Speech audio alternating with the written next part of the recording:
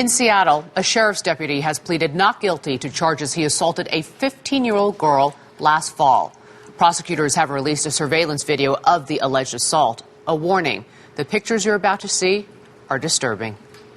The video shows two King County sheriff's deputies escorting 15-year-old Malika Calhoun to a holding cell. When Deputy Paul Sheen asked the girl to remove her shoes, she's seen slipping out of her left shoe and kicking it at him.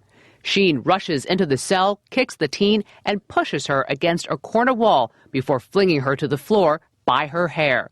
He then squats down on Calhoun and hits her twice. Deputies say the girl was, quote, real lippy, and that she had called them, quote, fat pigs. Paramedics were called after Calhoun had complained that she had difficulty breathing, but she did not require hospitalization. Calhoun and another 15-year-old girl were arrested after they were found in the other girl's mother's car, which had been reported stolen. Joining us now for an exclusive interview, Malika Calhoun and her father, Curtis. Good morning to you both. Good morning. Malika, let me begin with you. What do you remember about the beating? I remember the way he just came in after I kicked my shoe off, and we were arguing back and forth all night since the arrest happened.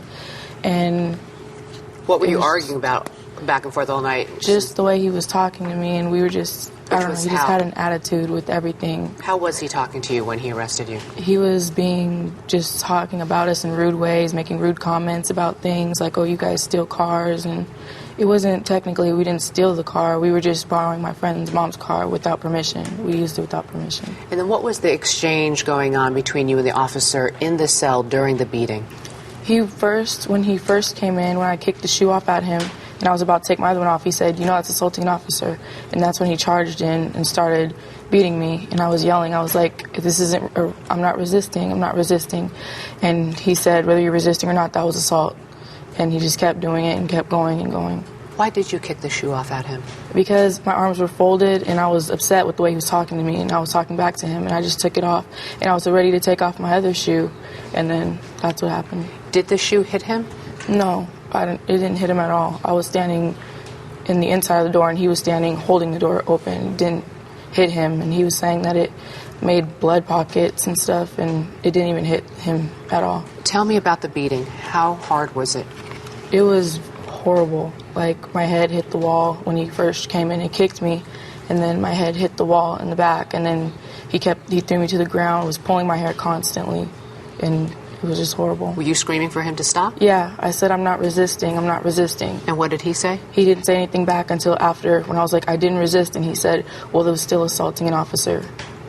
Curtis, let me turn to you. This video is so difficult to watch. What did you think the first time you saw it? I didn't see it the first time until Friday evening when I got home from work, and it was very disturbing. I didn't know it was this severe of an assault.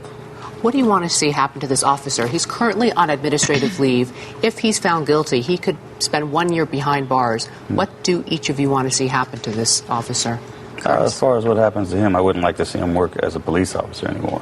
I don't think that's the job for him, based on the way he reacted, dealing with people. I don't think he can respond that way and still be officer. Malika, in the last 5 seconds, what do you want to see happen to him? I just want, I don't know, justice. I don't want this to happen to anyone else. Malika and Curtis Calhoun, thank you. Thank you.